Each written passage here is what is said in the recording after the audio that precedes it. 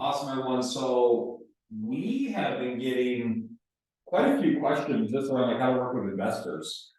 And I think there's been a big piece of this thing that has stemmed from the text message, right? Like the text message that all of us get that's like, hey, so and so, I'm an investor in the area. Do you have any off-market properties that would, fit for my clients? I think that's where a lot of our conversations have come from, but I think a lot of agents have started to, I don't know, started to pursue those a little bit. Yeah, probably. And so kind of want to have more of a conversation today with you guys, with, what investors are looking for. What are some of the things, and I see some people jumping on this call that, are also, buying and selling real estate for investing purposes as well. So we probably get some more insight from other people, but want to jump in and just talk about what real estate investing looks like, specifically inside of the state of Colorado, and kind of just moving forward.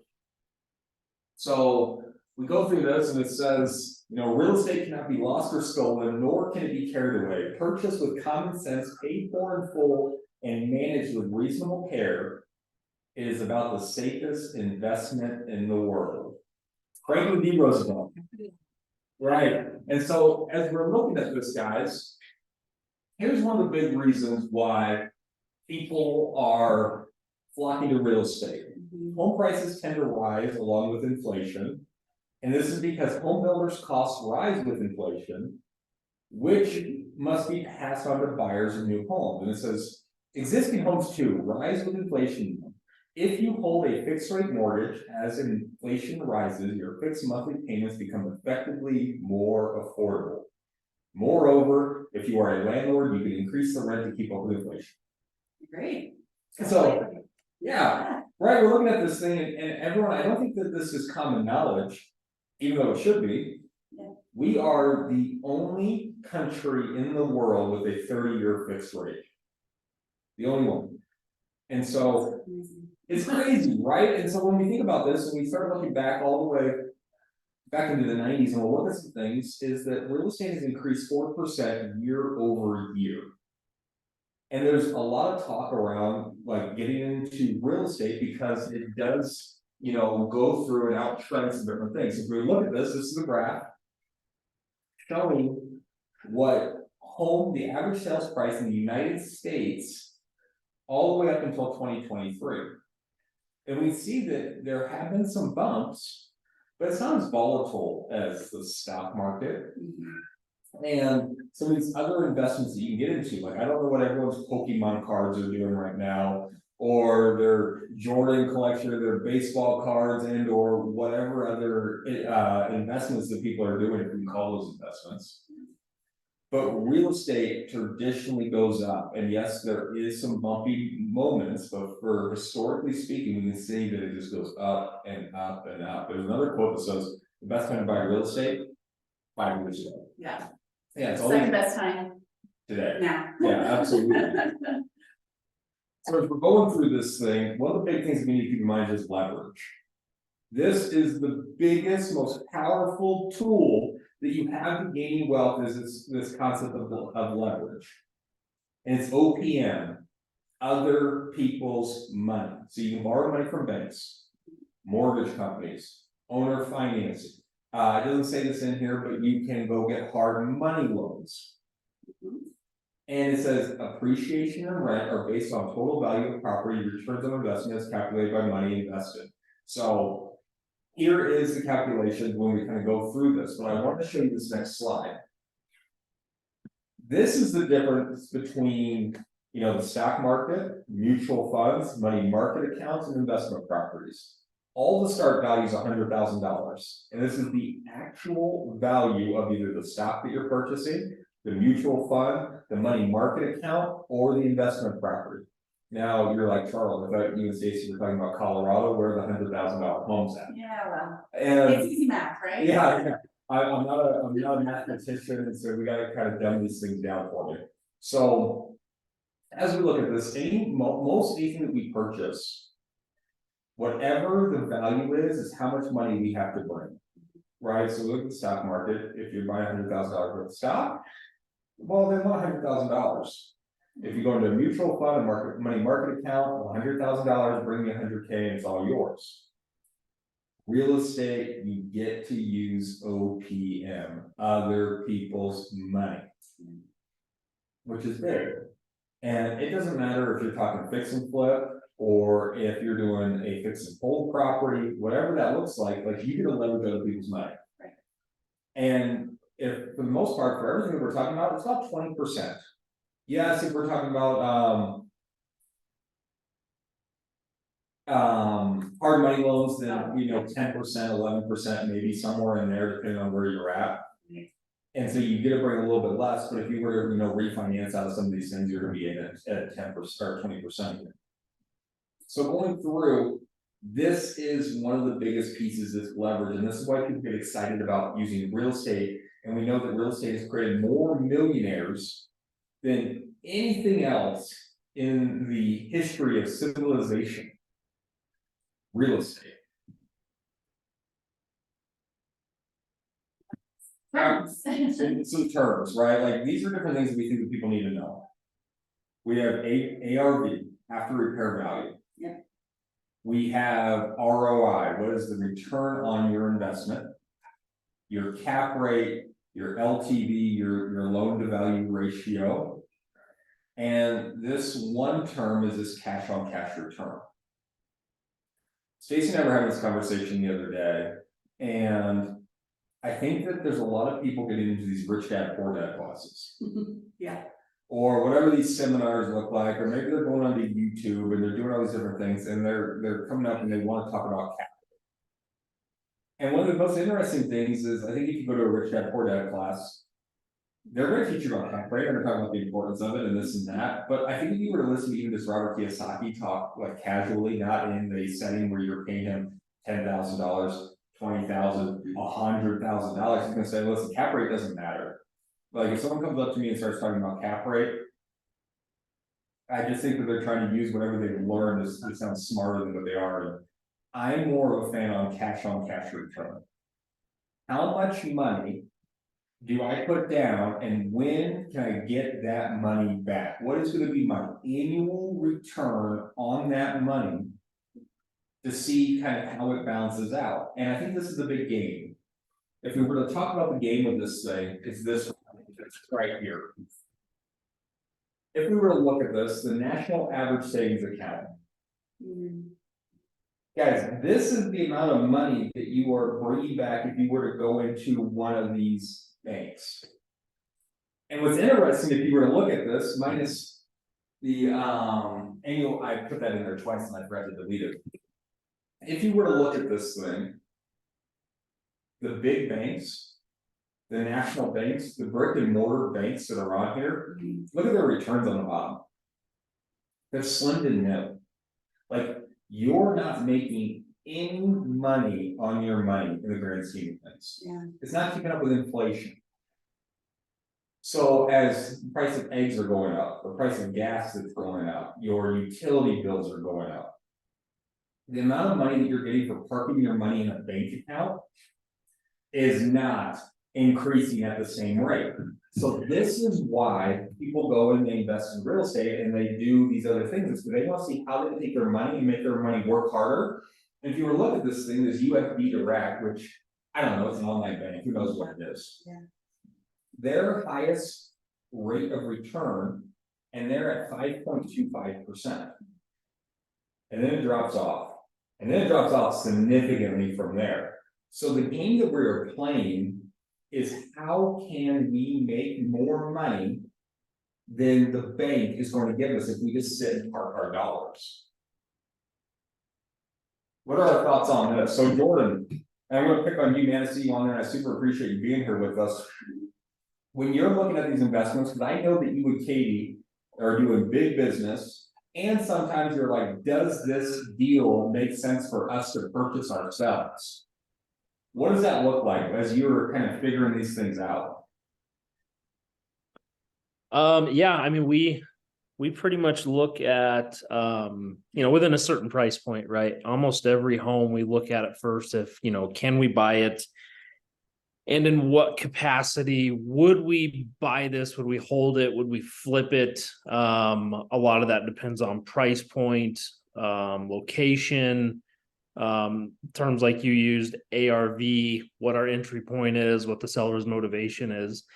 And we could probably expand on this, and I assume you're probably going to as we move forward, but it just really comes down to, what is the strategy? Is it a fix and hold that you're going to rent? Right now, somebody could have a completely different strategy. For us, that's not really what I'm looking at right now. Fix and hold, just with rates, cash flow is kind of tough to come by right now. So I'm kind of looking for what you had mentioned earlier, Charles, something in and out. How do I get my money back as quick as possible, and how do I maximize it? I have a friend and a client who is really eager to get into investing, and he downloaded one of those free flipping Excel sheets. And he tries to fill them out and he sends them to me. And I'm like, but I don't know what you got going on in here. It does not have to be this complicated. Like maybe after you do 10 or 15 of them, you can start using one of those effectively. But you basically need two things. And this is what I work off of when I first look at an investment is one, a mortgage calculator. What's it going to cost me to carry this thing? And what's my ARV? On the other end. And third, and Stacy, you'll probably talk about this, having a good GC, a contractor, that's going to help you with some numbers pretty darn quick. So I don't know if that was the answer you're looking for, but that's what we're looking for on stuff like that. Absolutely, super appreciate that. And Mitch just walked in. Mitch is doing investing. I feel like every time I talk about maybe a property that might need something, Mitch is like, well, if it makes sense, let me know. Right. So Mitch, as you're talking about deals and beating the stock market or beating, stagnant money in a bank account, right, what are you looking at for deals? Kind of along the lines of what Jordan just said, but I've shared this with people I've talked to about investing is, I know, like you're buying a primary home, I'm going to the market saying I will look to refinance in a couple of years. I'd rather tie my money up and leverage it in a piece of real estate, because that's okay. And if I have to write a couple $100s in one check to hold a $600,000 or $700,000 investment, I'm okay with that too. It's a pretty small contribution to a massive leverage of 4 or 5%. So rewind that, because I heard what you just said. Like, I know exactly what you said, and you told me it the first time. I said, "Are you nuts?" Because I didn't get what you said, but break down a little bit more what you just said about if you're having to essentially come out of pocket maybe for some of these properties. Yeah, so I mean, the reality is getting a property cash flow takes a lot of capital in to get the loan if you're borrowing money. To get a loan balance low enough to even break even right now. So to me, I throw money in a 401k every paycheck. I throw money in an IRA. I throw money in a savings account. If you have kids, you have education funds, whatever you've decided to put your money in.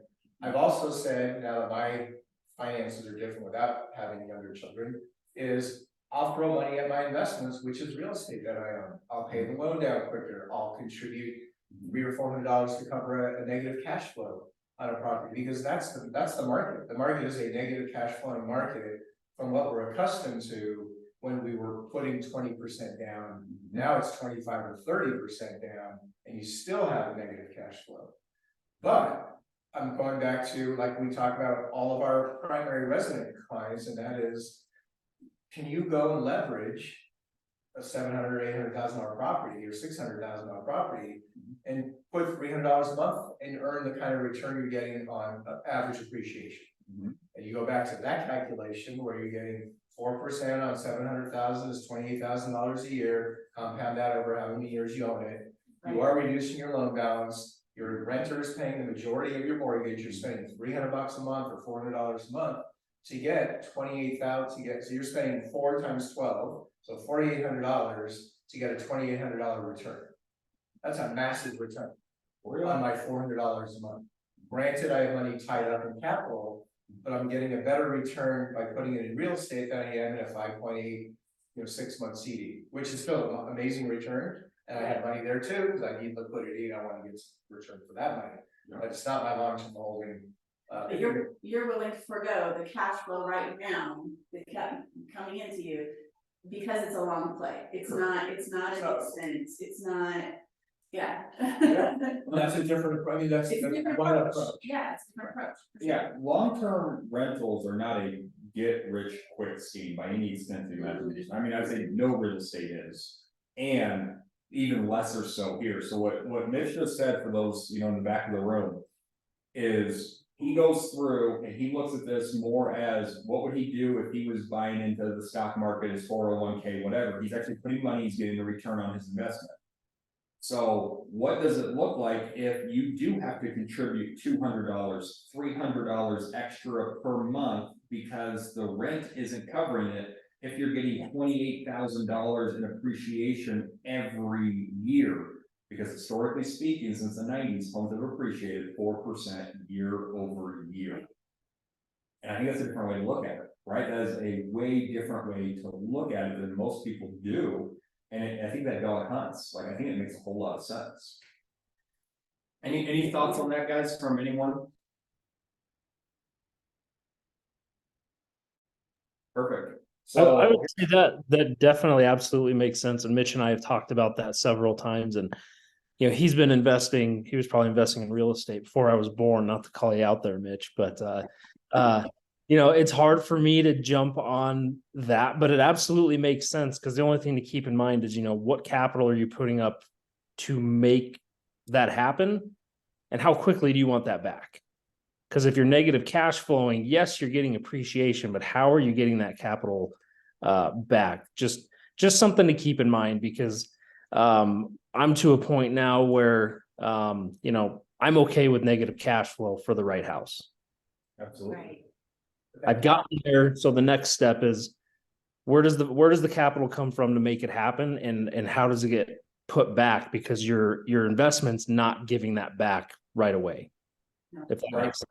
Right away, you're not forfeiting that money, it's just it's just equity in the property. It's equity, yeah. And we're all working, so we're all employed. I mean, Yep. we chose to be working, so my capital comes from working. Yeah. It's not like I have to pull it back out of property to go buy another property. I'm currently actively earning income to be able to support the next opportunity. Right. And then at some point you build up enough equity where you can get a big massive line of credit on another property to then use that to go buy other properties. So Yep. there's a lot of opportunities that come with that first rental. If you don't try it or get into it, you'll never have the other opportunities don't follow suit. Right. So one door opens another door. So, Absolutely. Yeah, so guys, dog ear this page, right? This is a conversation. If someone's reaching out to you and they're like, I want to buy long-term rentals in Colorado, and we all know that based off of interest rates where they're at, as well as the mortgage price or our price per home with interest rates where they are, we have higher mortgage rates. And depending on what the rent looks like in the area, someone might be contributing dollars into this investment and not making quick cash on cash return like we've seen in the past. Right. And knowing this, you can have this conversation, right? We talk about scripts and talk tracks and all this, this is one of those. And you can talk about how, well, hey, we were in a mastermind group with some investors inside of our market center, inside of our office. And one of the conversations was, what do you do for your 401k, or what do you do for the stock market? You're putting money in, you're getting returns in the long run, and you're getting your 4% return year over year. And yes, you might be able to contribute $200, $300, $400, but when you do cash out, that money comes back to you. Right. That's a conversation that I would actually have taken notes on, so that when I do get approached by an investor, I can have this conversation with them and see if they're comfortable with it, because they might not be comfortable with this strategy. Yeah. Which is okay. So Gary Kelly says, most people think buying is investing, but they're wrong. It doesn't make you an investor any more than buying groceries makes you a chef. And I agree with that, because my groceries look like turkey and rice and sweet potato, and it's not gourmet, I promise you that. Yeah. Yeah, oatmeal, I do eat a lot of oatmeal.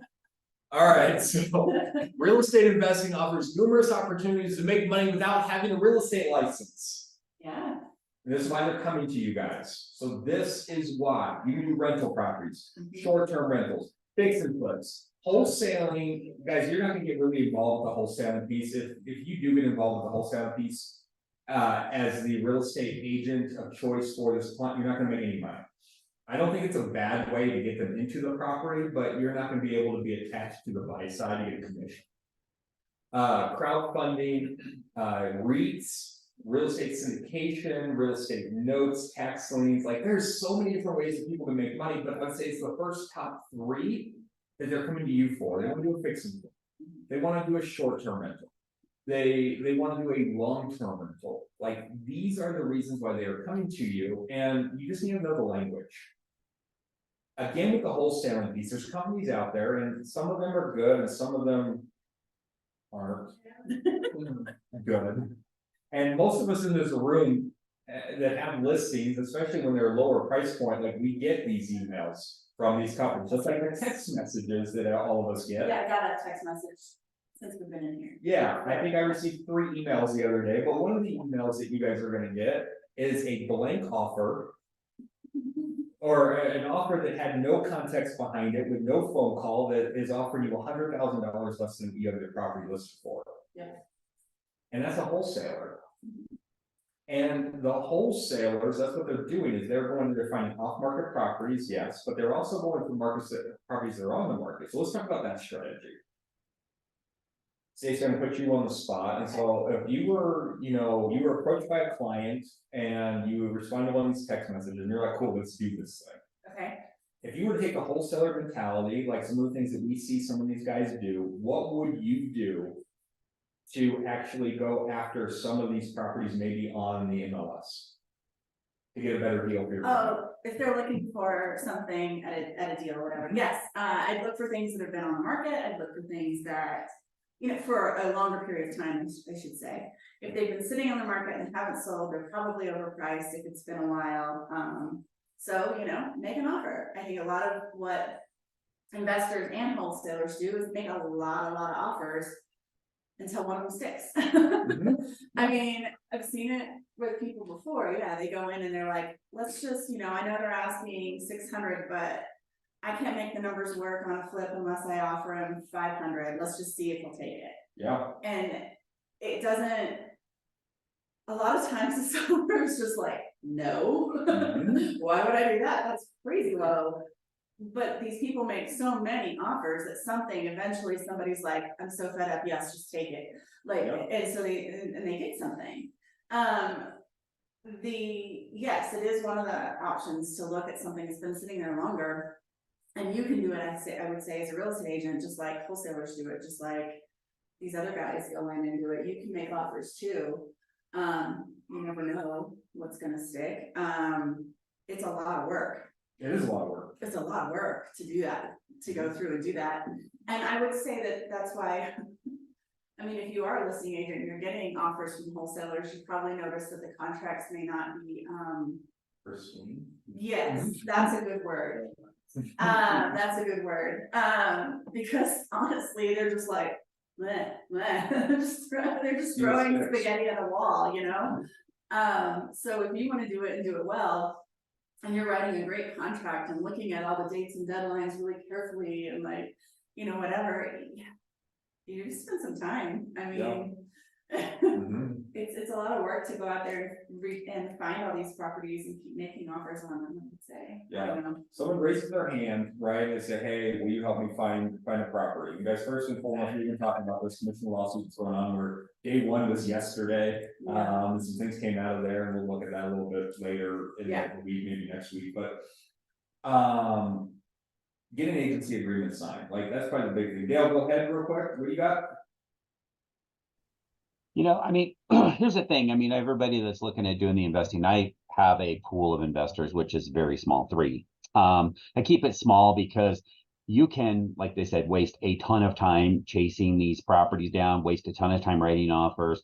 There's multiple people that I'm aware of that are in the market, and we can talk off camera about that another day, that will write lowball offers.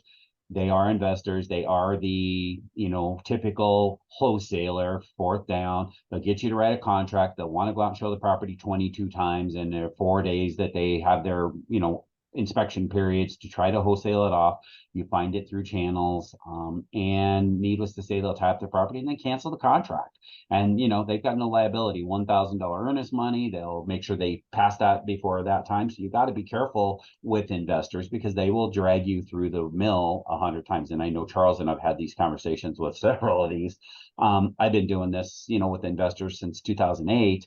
And it was crazy in 2008. Now we have investors that are still trying to pull up the reassignments. They're literally pulling reassignments the day of closing and changing the names on the paperwork so that they can sell it off and never touch the property in their name. So use caution with that stuff because if it's not disclosed, it's a problem and you can, call people out for that. So, I'm very cautious with investors that play that game. If they're willing to go to closing and close under their name and then do something later, that's on them. But trying to switch it at closing, don't allow it. It's got to, it's out of control. I also quickly, I'll get off. I know you only have time, but I was reading a news article this morning that came over, and it's talking about, housing prices are going to continue to grow in the next 3 years, progressively higher, rate reaching increases of 3.2% in 2025 and 3.5% in 2026. So back to Jordan, hey, I'm okay with maybe holding one that's not as, profitable now because it's going to go up. It will. It's just getting investors to get on board with that. Most of my investors are being very cautious right now because the market is where it is, and they're not willing to go in and pay higher premiums for stuff because they just want the property. They're just holding out. Yeah, absolutely. Multiple good points there, right? The thing with some of these companies that we were kind of talking about, maybe we didn't mention any names, but the wholesaling companies, right? They do things like this to where they are sending multiple offers out and doing different things. But as far as if you guys were to replicate something like this, I would get my agency agreement signed with a buyer. And then what Stacy was saying is you're going to go through, you're going to look at the MLS, you're going to go find areas and find pockets of areas, guys. Don't go look at the entire MLS. Like, have your buyer, your investor client say, like, I'm interested in Arvada, I'm interested in Thornton, because this is the thing. It's very hard to be an investor and to be super knowledgeable about what's happening in Arvada versus what's happening in a suburb of the other side of Denver, right? And so when you're going through, having them pick an area and then go find these properties that have been sitting on the market for 30 days, 60 days, right? Like, and the people's mind, that's still an eternity. And in all reality, it's nothing. Like 60 days on the market is not a big deal. But from the market that we've come out of in 2013 until now, oh my God, that is a stigmatized property. There might as well be dead bodies on the front door, right? Like that's what people are thinking about. Like, oh my God, what's wrong with this house? And no one's buying it. And so the seller's also feeling that their property's been sitting, their neighbor's house sold, their friend's house sold. They got doubts in their mind. So if you were to send some lower offers, you have the opportunity to potentially be picking something up. Yeah. And that's where we need to be thinking about. You guys have this ability to kind of replicate some of these different things and to put them in action and to do some winning. So if we were working with clients and instead of going door knocking and maybe sending some golden letters to some absentee owners, which I don't know if anyone saw on the Facebook group the other day, but Amy, who's on here right now, Amy, how many did you send? How many golden letters did you send last night? Because I know you broke it down to even dollar per letter. I sent 291 letters, I think, total. 291 letters, and what's the cost per letter? What it break down to? 81 cents. 81 cents per letter. So Amy took this and she said, cool. And did you go after absentee owners or did you do a geographical farm? I did a geographical farm with likely to list going out first. Perfect. So guys, there's no wrong way to do this thing. And so you can send out letters, you can make phone calls, you can go door knocking, you can actually just go on the MLS. People already have their hands up. Now, cool, let's just send a lower offer to what we think makes sense to our clients. This is how we would work with investors. Like, they don't want the deal that's coming off of the MLS unless they're thinking they're getting the deal off of it. Yeah. All right. The team, guys, this is the thing. Like, you need to have this team around you. Firstly, you are the real estate agent. So cool, as a real estate agent, these guys, especially, you're gonna see a lot of people getting into this thing that don't have relationships with people, because again, they just went to a seminar, they just went to this YouTube thing, like, that's what, I was one of those guys at one point.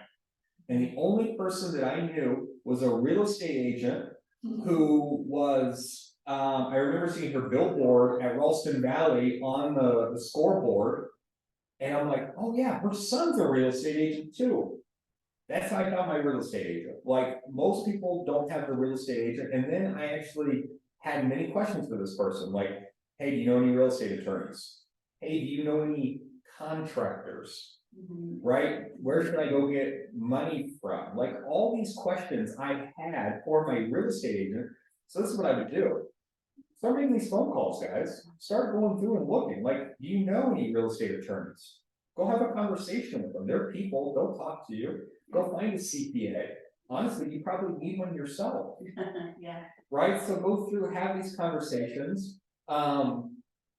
Mitch, I know, like, mortgage broker, mortgage lender kind of pieces, so as a lender in the lender world. What are some of the things that you know that we should be aware of as far as products and services for investing? Well, I talk a lot about our current in-house program that we have that offers a lower interest rate than a traditional Fannie Mae loan. So if a client says, well, I have a lender and I'm going to just do a typical loan, they should at least get a second opinion from me, because no one else can offer this program unless they work for CMG. So they'll save about 0.75% on their rate. That's pretty healthy and significant, given any rate climate, it doesn't matter, 3/4 is 3/4. Absolutely. No matter what, so that's one option, that's $200 to $400 a month in payments. Second thing is, we talk quite a bit, or I talk a lot about with investors, where are you gonna get your down payment from? What's the best resource to gather it from? What do you have access to from an asset standpoint that is liquid, such as borrowing from a 401k? Do you sell a car? If they have a bunch of car collections, you have a ton of equity in a current home or another rental property, get a home equity loan. Do you want to do joint buying together with other investors, which I saw in one of the team items there. Other investors to do it together. Can you do it together? A lot of people think you can't buy with 2 or 3 partners. Can you buy in the name of an LLC? That education piece is important to know. I get that question a lot. If not, can I add the LLC to title at a later date? That comes up. So we talk through all the different opportunities that I'm aware of, because I do own real estate property and gone down those roads. 1031 exchanges are becoming more popular all of a sudden. Yeah. Because people have so much equity built up in their current rentals, they want to either sell those and buy 2 or 3 properties with that equity to expand and diversify. So it just depends on the client, but I ask, those are the dig deeper conversations we have, so that they're aware of all their opportunities of being able to buy and invest. Absolutely. So guys, the financial planner, like all these different things, like I think a contractor and handyman, like that's a big thing. I don't care where you are. Flip, definitely, you gotta know what your costs are, right? You gotta know somebody that can give you those costs. But even on a rental, I mean, if you're going in and you're gonna have to do some things beforehand, you gotta, or you're gonna need maintenance, people are living there, you gotta know somebody that can go out and take care of whatever's broken. I mean, you gotta have that person on the team, and I don't think if you're working with an investor, great to know those people. You don't necessarily have to know all those costs and know that it's gonna cost you $10,000 to do all the windows in that house. You just need to know somebody who can give you that number. Absolutely. Hey guys, that's way easier than it sounds, because you guys you can Google contractors all day long, but guess what? There's contractors who want nothing to do with fix and flips. Agreed. They want nothing to do with it. They're like, no, we are a high-end, we're doing $100,000 kitchens. Like, we want nothing to do with your $50,000 home project. Right. Right, and so you have to go through and vet some of these people. I can tell you, like, handyman, quick plug right now, right? Liz's husband is a handyman, and multiple agents have reached out to me, and we've actually used him as well in the brokerage, and he has gone out and done different jobs for us. So like, when you start thinking about handyman, we have agents in this brokerage that do HVAC, we have agents in this brokerage that do electrical, we have agents in this brokerage that do plumbing. Like, knowing different people that have these different things that are associated with them are huge. And guess what? Like, guys, either you know how hard it is to find a good electrician, Seriously. plumber, right? Like, there's a lot of them that super suck. And they give you the make me work price, right? Like, oh yeah, I'll come out and I'll fix your sink for $400. Like, it's just a thing. Yeah, like, are you putting a new sink in while you're doing this? Or no, they're fixing the part, maybe Home Depot. Yeah, exactly. Sometimes they just don't wanna do the small stuff, so, To make me work price. to make, it's like, I give you the high price, and if I come out, then at least it's worth it. You say yes. So these are the different things, guys. I advise you to start going out, making some phone calls, going to their places of business, having meetings with them, go to lunch with them, go to coffee with them, figure out these things and have them and start building this list. Because guess what? This doesn't just apply to the investor world. This applies to everything. Like every year you could reach out, and if you have a sprinkler blowout guy, right, where you can actually make the phone call to your clients and be like, hey, I have this guy and I know that we're getting this time of year and this is the price he's willing to offer to all my clients. Make sure you give them this coupon or just let them know that I'm the guy. Yep. And they'll give you 10% off. Yeah. This is huge. Be thinking about this. Obviously, we just talked about Mitch's products that he has as the investing side. But he's also a residential guy. Like a lot of these people, like you going out and making these connections. Yeah. They fit in different pieces of the puzzle as well that aren't gonna just help you in the investing world, but in your day-to-day business. Make more friends. I'm not sure about how, Jordan, you do your rentals, but we provide a list to our tenants. And say, these are our approved vendors that you need to call whenever something needs to be repaired. As long as it's not a major repair, and if it is, they still call to get what needs to be fixed, and then that vendor calls us to talk about what it is that's going on. But they've already been vetted for the tenants, so they don't have to go figure out what they need to do either. They Right. just, and we're comfortable with who's on that list and the changes. And that's a really simple way to get things handled at a reasonable cost with people you trust. And it helps if the tenants go, I didn't know who to call, so the water kept dumping on the floor. Oh, As the bugs do, oh yeah, I just called Steve, he said, shut off the main valve, I know exactly where it is. And then I'll come out and look at it this afternoon, right, that kind of an example.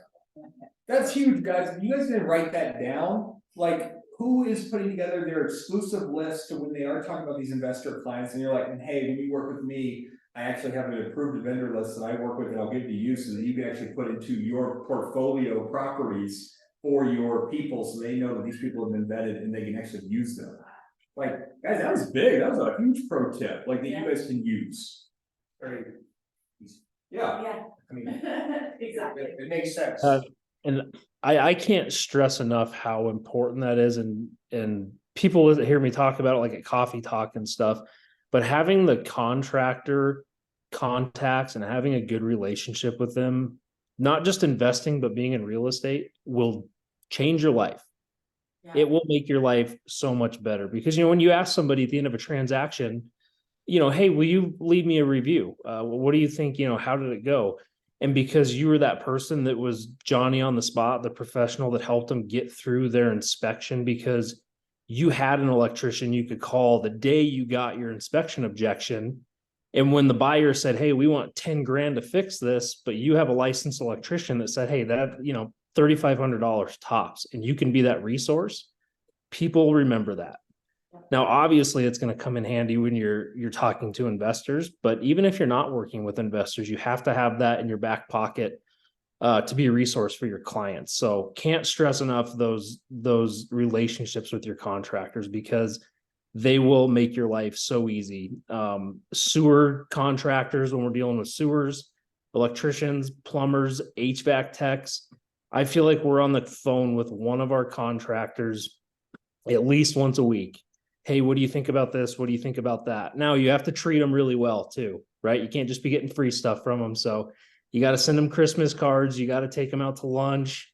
Take care of these people, because they will help you grow your business infinitely, because they're going to make your transactions so seamless when it comes to the inspection. Absolutely, that goes anywhere, guys. Like I know that my guy down, my cleaner down in Arkansas called me and said, hey Charles, I left my blower at home and I actually need to go blow some leaves at another property. Can I use the one at your house? Absolutely you can, man. And I know that guy, me just doing stuff like that and allowing him to do things, he is going to go and do extra things at the property, just because I'm taking care of him, he's gonna take care of me. Something weird happens, he's like, hey, Charles, I actually just got an emergency call for this, I had my plumber go out already. It's X amount of dollars. I'm like, oh man, I appreciate you taking care of that, I didn't have to deal with it. Great. Right. Because you're gonna ask for more favors of these people than you're gonna be able to give them in work. You're gonna lay out a home run for them every once in a while, but in between there, you're gonna ask them for 3 or 4 favors. So you better find out what kind of beverage they like or where they like to eat. Take care of these people and have those because they'll put you in front of other people when it's necessary. So it's just super important. Absolutely. Definitely. All right, guys, we have these rules, right? And so this is what's interesting because I think that these are some of the questions you guys are gonna get, and these are what tells me that like so-and-so has been to one of these seminars. Because I just told you that I care about cash on cash return. Mitch just came through and said, listen, this is the thing, like, this is a long-term game for me. I'm not even worried about the monthly return as long as I'm getting my, $28,000 in appreciation year over year, right? And so the first one, like you guys are gonna get hit with, is maybe this 1% rule. It used to be the 2% rule, but prices have gone up so much now that we've had to go to the 1% rule, and probably 2 years from now, it's gonna be the 0.5% rule. And then eventually that's gonna get away with it. We're like, remember when we used to have this as a rule? And it really just saying that if you buy $100,000 house, you should be getting 1% back every month, and not like you're profiting 1%. But you're going through, so if you buy $100,000 home, it's got to rent for $1,000, right? So there's going through. They're asking about the 50% rule. Yeah, and I don't know where the we just said that like. Yeah, but a $500,000 home, does it rent for 5,000 right now? No, it Doesn't. So. And I just want you guys to be aware of this, because these are conversations you're gonna have, because guess what? People are Someone seeing this taught them. online, though. Yeah, they were taught Yeah. this somewhere, and this is not real. At least in Colorado. I mean, maybe there's another state, and there are states, right? There's states where none of us would even want to go visit, these cities, not states, but these cities, these towns, where this actually might apply. But we're not staying in those houses or those properties, or probably even in their motel. Right. But they're out there, and you guys know at least what it is. So someone mentions the 1% rule, or even the 2% rule. They're saying if I buy the house for $100,000, I either want $1,000 or $2,000 per month, which we know that in Colorado, that's not a real number. So what Stacy just said, most $500,000 homes are now renting for $5,000 a month. Yeah, because that'd be a cheap home at an expensive rent. And where are they? Because we'll buy them up as a group right now. Yeah, they didn't even exist when the market was so crazy busy. Yeah. Before that, I think they existed in the 80s. Yeah. When we had the craziness of you could buy anything for $10,000 to $12,000. Yeah. Without those days, but realistically, there hasn't been any, Nothing like that. not in a very long time. Yeah. And again, not in areas where we're buying, right? Like, I think there's pockets in some weird areas, but that's so nuanced and niche areas that it's not in Colorado. It's not here. Then they talk about the 50% rule. And this one, okay, cool. Like, they're just saying that you should be thinking that 50% of any dollars left over that is not attached to the mortgage is probably gonna have to go to expenses. Right? I mean, that's what this is talking about. So, okay, cool. Like, I get that one. Just know that you don't get to keep all of your money. There's always expenses. There's always something stupid happening, especially when you think that someone's living in this house long term. Right.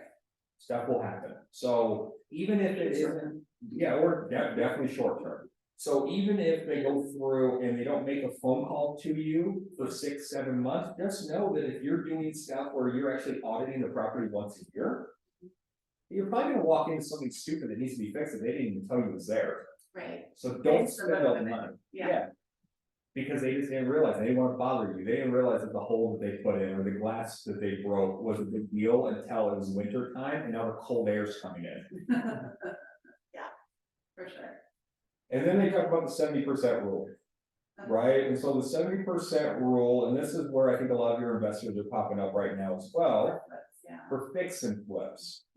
And they're going through and they're saying that if they want to be able to pay 70% of the after repair value. So again, I'm not the smartest dude in the world, so, I mean, I got Mitch in here, I probably just throw numbers and he can do it. But let's go $100,000 house, right, they're only wanting to pay $70,000 for the house. And then when it's all repaired, they wanna make they wanna be at $100,000 sales price. But let's go realistically, so if I'm buying a $400,000 house, what would that be after repair value? Percentage, Yeah, for the 70% rule. 120,000, 520. So the house would have to be, if you're gonna pay 400,000, the house would have to be worth 520 at the end. So that's what they're asking for, guys. They're asking for that amount of money. And this is the thing, like, I kind of felt that way when I was doing this. I didn't have a 70% rule. I just knew that I would go through and look and say, hey, is my start dollar amount versus my end dollar amount, is there at least $100,000 spread? It's kind of where I went in with my mindset, because I knew that I could get this stuff done cheaper than $100,000 Yeah. for a typical 2,500 square foot, 3-bed, 2-bath house. Right. And I mean, I think one of the reasons that people still look at this rule is also due to hard money, like, so a lot of hard money lenders may not lend you more than like 80% of the ARV. So, and if you're having to borrow money, not just for the purchase of the house, but also for any of some repairs, because some people, when they're flipping, also borrow money for repairs and do what's called a draw. So you get a little bit of work done, you show them you've done the work, they give you some money so you can continue. And they may not lend you more than X% of whatever that after repair value is. Yeah. So you do have to kind of know, okay, here's what they're asking me, and here's what they're asking, here's what I think I wanna pay, usually, here's what I think it'll sell for, here's what I think it's gonna take to fix it up. You gotta go know all those numbers and then figure out, because a lot of people just to kind of do it on the fly will say that 70% rule or that 80% rule. But I think it's important to kind of dive into the numbers beyond that when you're really ready to make an offer. It's just a starting point.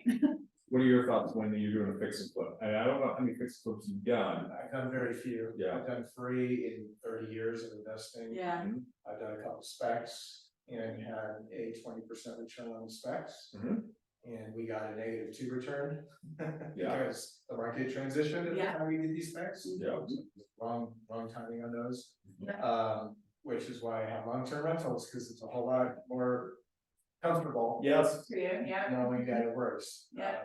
Did very well on our one spec, one flip, the most recent one, but that was in the crazy market time. Yeah. Yeah. So, but I haven't found one that maybe I was thinking about, part of what you guys were saying is, if you have a investor who's doing their own work, generally, Mhm. they'll work off of such a small margin, because that's their job. Yeah. That's their day-to-day Yeah. employment, that's how it works. Yeah. If you're someone who has a full-time job, like we all do, and you want to use this to diversify your investing, then your return has to be much greater than 10 to 15 or $25,000 per property. Mhm. That 20, that 30% rule or 20% rule is substantially larger than someone who's doing it for a living, Mhm. flipping. So it's a whole different game when you got different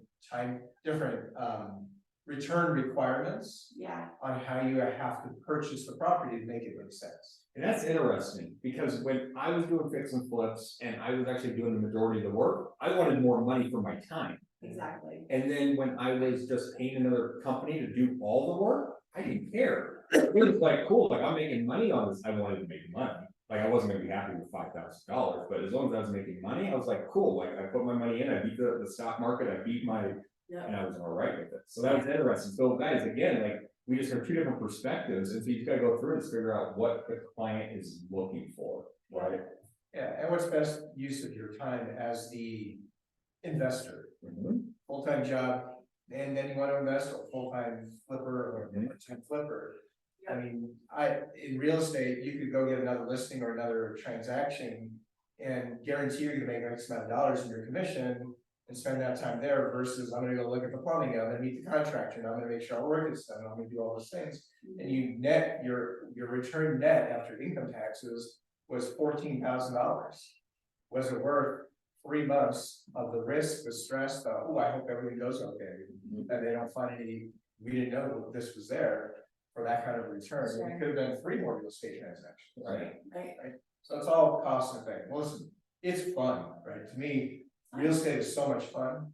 So there's a lot of other reasons to do it outside of just, I gotta make money. Yeah, It's you're helping people, you're converting a home to a livable home that maybe somebody could live in, you're creating shelter, so there's all different ways of interpreting what you do with this. 100%. What's your mission? what's a spec? A speculative home is when you build a home, but you don't have a buyer yet to buy the home. So you build it, you have it done, now you put it on the market to sell. Like a model home, but at a way lower scale, right? So Mitch is doing like 2 to 3 of these versus a whole community. I did. Oh, like from the ground up? Yes, a brand new home. There you go. Brand new. Yep, Very risky. right, because you're putting a lot of money in and you're doing that from the ground up. And not at scale, with builder money. There is Yeah. no scale. Yeah, It is So it's just custom all the like way through. custom home that nobody is. like Carmelo Soprano did. And you hope you got, they love your choices of things. Yes. Yes, you really hope they love Gotta be it, very neutral. yes, So anyway, that's what it is. Speculative is what the spec is short for. yeah. Speculation. All right, guys, so this is kind of what Jordan, I think, was alluding to a little bit, and I did want to bring some pain into your lives. So, with that being said, when I go at this, you can go get this spreadsheet online if you want, there's a QR barcode. But this is what I suggest. You're not going to be an expert on this or even have a real concept of anything just through this 1 hour long talk that we just had. What I suggest is you actually kind of go through and get a feel for what stuff costs. So I can tell you that when I went to go get hard money, one of the requirements for me to get hard money was to actually fill out this spreadsheet. This is the exact spreadsheet that I had to fill out. This QR barcode will take you with the spreadsheet. And what I would do is I would literally go find the house that I was interested in. I'd get it under contract, and then I would fill out this worksheet. How much is every door gonna cost? How much is every receptacle gonna cost? And you go through, and I would go into Home Depot. I would literally go onto Home Depot, get the dollars, and then fill it in and play with it.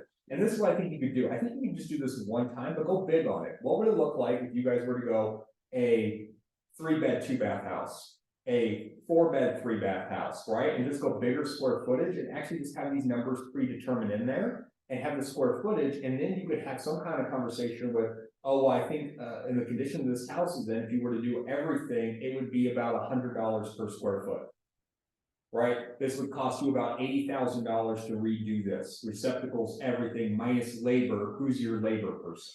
Right. This is material cost only. Now we have to go find the contractor and go through. So that I do recommend this. This is something that I had to do with every single deal that I did. I had to plug in this spreadsheet and send to my hard money lender for them to send to their appraiser to be like, okay, Charles is right. Like, this is how much it costs versus Charles is wrong. There's no way he gets these materials as cheap. And if I did say cheap, they called me and said, awesome, where are you getting this stuff? Because we needed that.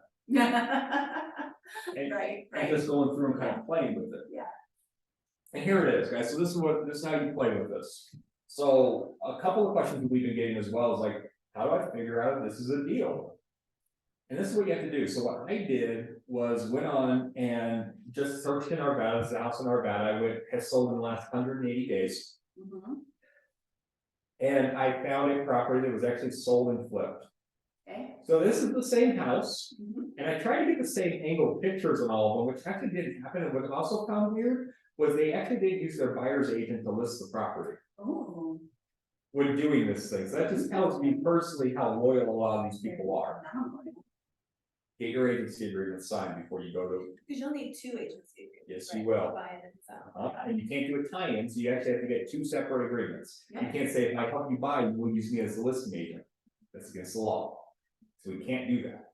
So this house is listed for $427,000. It's a 4-bed, 2-bath house. The top photo is what it used to look like, and the bottom photo is what it looks like now. Now, again, guys, this is speculative. This home has been expired now at this point. This sold 180 days ago. And they just pulled it off. It was actually sold a whole lot longer than that. It actually went on the market 180 days ago, flipped. And now it's off the market as an expired because they didn't get the price that they wanted. They didn't get the 555. Yeah, they started at 570. Oh, so it did sell. Yeah, it didn't sell. Okay, And they recently expired it. okay, So as you're going through, like, these are the things that you guys want to look for. You want to look and see, are there houses in the area that look like the house in the current condition that I'm buying this in? What did those people pay for it? Then you're going through and you're looking to see what are the houses in the area selling for? So this home they bought for 427, they thought they could get 555, but obviously something in the market is not justifying 555. Did you see any other homes around? Did you- I didn't deep dive that deep into this stuff. Okay. But this is how you guys do it. You can see, like, this is the changes that they did even, like, they went through, and the house is pretty choppy from what I can see. They didn't rip out any walls, they kept it in the same floor plan, they just upgraded. Cosmetic, yeah. Like, looks like. I think TSF. I think it's the referee towels that did not sell the house. The referee towels, yeah. This house is very, whatever that style is, like, it's like Aztec, whatever. Jordan, I saw you take yourself off mute, what do you got? Oh, I was just gonna mention that Jamie pointed, it's the staging. It's the staging. That's why it didn't sell.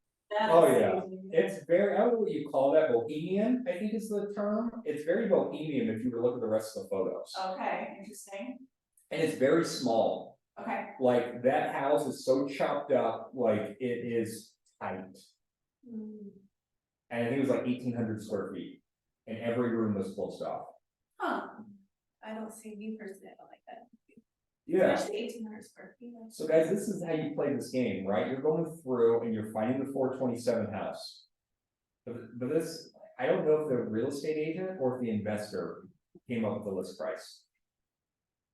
And this is what you're gonna run into, right? You have to do your work and you have to do your due diligence, because while you might have got the buy side on this thing, you could very well be getting fired from the sell side. Right, I would assume this agent got fired as it expired, and they didn't use the buyer's agent again. So, guys, as we kind of wrap this thing up, you know, if you don't own a home, buy one. If you own a home, buy a second one. If you own 2 homes, buy a third home, and lend your money to relatives so they can go buy houses as well. What questions, you know, 'cause I know that was quick, and again, that was an hour, and again, you're not gonna be an expert after this. Hopefully it just gave you like some thinking behind it. What are some questions as we wrap this up? yeah, it's 11. We hit time. Yeah, we can absolutely do a part 2, and like I said, I super appreciate Jordan jumping on, I appreciate that Dale was on, that Amy was on, people that have done, you know. Yeah. Have done flips, have done short-term rentals, and have been able to give, Mitch came in and gave us some expertise. We can put on a part 2 of this. This is what my challenge would be for you guys. I would go do this homework, but guess what? It's not gonna be any fun, it's gonna super suck. It does. It's zero fun, but I think you guys gotta go through this pain to realize how this is done.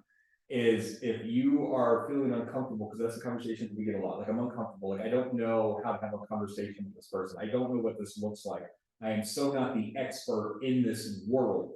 Right. We gotta do things to make yourself the expert then. And it's not going to more classes and going to more classes and going to more classes, like actually go practice something. So I would take this spreadsheet, I would go look on the MLS, go find an inexpensive house. Or just, I mean, don't look for a house to go flip. That has an upside, just go look for a house and you're gonna go change everything. Right, so go find one of these houses that's listed for $450,000 where it has not been updated since the 60s. See what it would cost. And see what it would cost to do it, and Yeah. just go find materials, not labor, just go find materials and go through this whole thing and just go build a bucket, go into Home Depot. And I'm gonna go jump back and forth and go find the cheapest stuff, just use the Home Depot or the Lowe's as your baseline. And One kind of spot, go yeah. through this thing. Yeah, makes sense. And then you'll kind of know, you'll be like, awesome, so based off of, you know, some of the research that I've done in the area. Just going through and go through a big box retailer, not going through a wholesaler, it would cost about $70,000 in materials Right, to do this split. What are your closing thoughts? that's a great exercise, and get your team, I think that's the other thing, is work on your team. Make those connections that you need to have, whether it's for residential real estate or investments. Make those connections, because you're always gonna have somebody.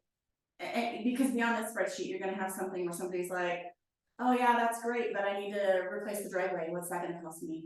You gotta have a concrete guy, or I need a roof replaced, what's that gonna cost me? You gotta have a roofer. So you're gonna need those connections, build your team. Mitch, closing thoughts? Buy real estate, you will never look back to say, wow, that was a really bad decision I made, no matter what. Yeah, I'm excited with all mine, right, I am. Yeah, I just sat in a presentation by a guy named Dave Stevens, who I've talked about in our meetings before. He gave us a personal presentation. And everything that he says is next year, starting the first quarter next year, they're talking about, he was an economist, sat on Obama's economic council, et cetera. He said, rates are gonna be coming down the next 6 to 12 months. We could end up in the low fours in end of 25. Why wait? Get on the bandwagon now, buy when you can, if you can afford it. You gotta write a check on a negative cash flow, so be it, you could turn it around and refinance. You're not gonna be able to raise rents probably to that level, but you can refinance and lower your overhead. Or this. and Yes, that stays exactly. there, Yeah. Because rents are not going up right now, as we know. And there's so many people converting properties to Airbnb, et cetera, which is why the rental market has changed dramatically. Saturated. It's become saturated, right? The novelty of that wore off. But if you're not in, you're just going backwards. And whether you're an investor or primary homeowner, it's the same end result. So please buy a piece of real estate. 100%. Yeah. Jordan, closing thoughts for the group? Just what Stacy and Mitch just said, build your team, and like Mitch said, go buy real estate. Use whatever resources you have.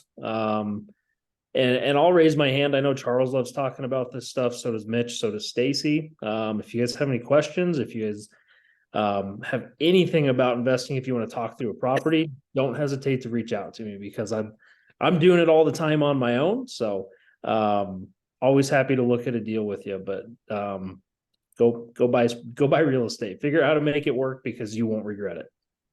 Awesome, appreciate that. Guys, if you're looking at long-term rental loans, reach out to Mitch. Mitch can guide you through this thing. He has products and obviously residential loans at the same time. But on this topic, if you have people that you think would be interested in talking long-term rentals, call Mitch. He has products that will help you that the industry does not have.